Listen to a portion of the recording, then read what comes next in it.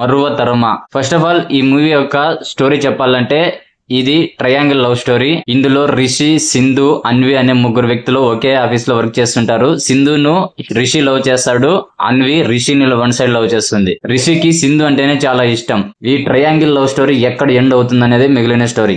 Love story సినిమాలకు youth నుంచి మంచి రెస్పాన్స్ వస్తుందన్న విషయం ప్రతి ఒక్కరికి తెలిసింది. క్యూట్ లవ్ స్టోరీతో వచ్చే సినిమాలు బాక్సాఫీస్ వద్ద మంచి టాక్ ని అందుకుంటున్నాయి. ఇలాంటి సినిమాలు తీసే డైరెక్టర్స్ ఆడియన్స్ ను ఏ పాయింట్ ఆఫ్ వ్యూలో ఇంప్రెస్ చేయాలనేది తెలుసుకొని అలా స్టోరీని రాసుకుంటే చాలు, సినిమా ఖచ్చితంగా హిట్ అవుతుంది, డైరెక్టర్ సక్సెస్ కూడా అవుతాడు.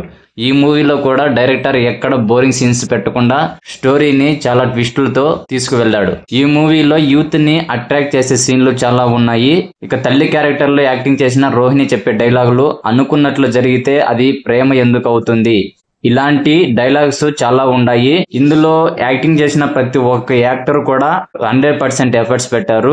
కెమెరామెన్ వర్క్ అయితే సినిమాకు హైలైట్ గా ఉంది. హరీష్ అలాగే హీరోయిన్లు చాలా న్యాచురల్ గా యాక్టింగ్ చేశారు. అండ్ ఈ మూవీలో ఉన్న ప్రతి ఒక్క పాయింట్ కూడా చాలా పాజిటివ్ గా ఉంటుంది. ఇక మ్యూజిక్ విషయానికి వస్తే మ్యూజిక్ అయితే చాలా బాగుంది. ఫస్ట్ హాఫ్ నార్మల్ గా ఉన్నా కూడా మెయిన్ సెకండ్ హాఫ్ ట్విస్ట్లతో చాలా బాగా ఉంది. అండ్ ప్రొడక్షన్ వాల్యూస్ కూడా మూవీకి బానే ఉన్నాయి. హీరో హరీష్ ధనుంజయ్ చూడడానికి చాలా అందంగా పక్కింటి కుర్రాడలా కనిపించాడు.